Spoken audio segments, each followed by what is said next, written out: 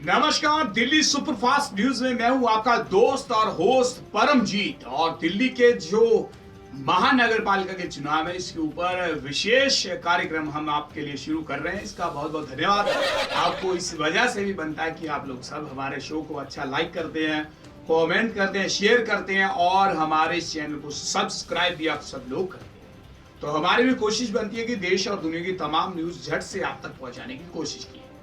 तो पहली न्यूज जो आपको अब सुना रहे हैं, केजरीवाल के घर पे हुई है पीएस की जो बड़ी बैठक हुई है इनके घर में। जो अरविंद केजरीवाल है दिल्ली के मुख्यमंत्री, और गुजरात और जो निगम के चुनाव है इनके ऊपर पूरी जो रणनीति वहां पे तैयार की गई। बेंगलुरु में नेचुरल थेरेपी सेंटर में वो अपना इलाज करवाने के लिए गए हुए थे और 15 दिनों के बाद इलाज करवाने के बाद वो फिर वापस दिल्ली लौट पड़े। तो अब उन्होंने अपना जो मुख्यमंत्री जो सीएम का कार्यभार है वो फिर से संभाले। इससे पहले ये पूरा काम था जो मनीष सिसोदिया जो डिप्टी सीएम उनके पास था।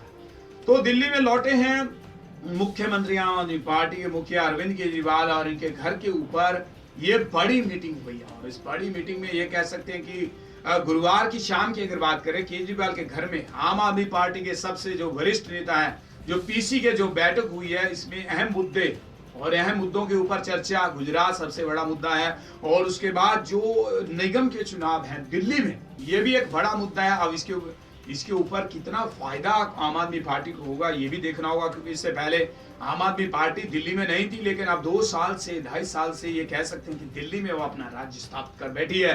तो अब इसके ऊपर कितना फायदा होगा ये सब देखना होगा। दिल्ली में उप मुख्यमंत्री मनीष सिसोदिया के साथ जितने भी आम आदमी पार्टी के बड़े दिग्गज नेता वो सब उस पार्टी में वो उस मीटिंग में शामिल थे। बात करें संजय सिंह, दुर्गेश पाठक, आशीष कैतान और आशुतोष और तलवार, प्रीति वर्मा मेमन और गुरप्रीत घुग्गी जो पंजाब के कन्वीनर हैं वो भी वहां पहुंचे हुए थे और सबके साथ विचार चर्चा हुई कि इसके ऊपर अब कैसे काम करेंगे।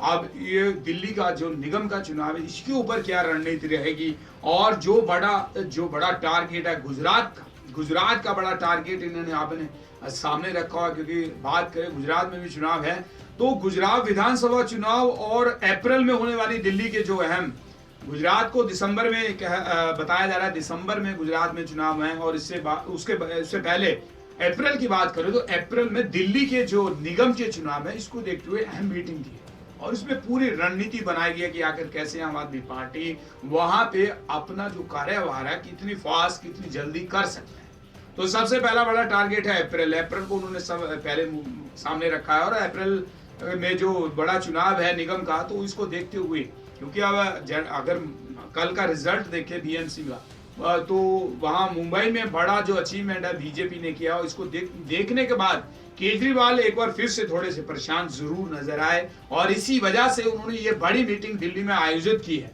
क्योंकि उनको मालूम है कि अगर दिल्ली में बीजेपी अपना एक बार फिर से पैर फंसा लेती है, जमा लेती है, तो आम आदमी पार्टी के लिए काफी मुश्किलात खड़ी हो सकती है। तो इस वजह से भी ये कहा जा सकता है कि एक बड़ा चैलेंज आम आदमी पार्टी के लिए दिल्ली में है।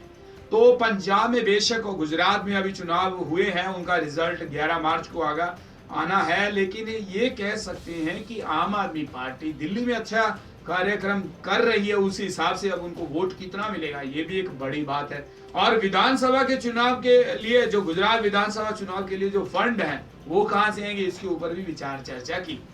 क्योंकि आम आदमी पार्टी की अगर कोई भी बात करें किसी भी क्षेत्र में, जब या पंजाब की बात कर लें, गुजरात की, इससे पहले गोवा की बात करें, तो सभी जगह उन्होंने अपनी पार्टी के लिए फंड जुटाने के लिए अपना ही अंदाज में जो उन्होंने अपना कार्यक्रम शुरू कर रखा है इसके हिसाब से अब उन्होंने सब बातें वहां पे बैठकर क्लियर कर दी।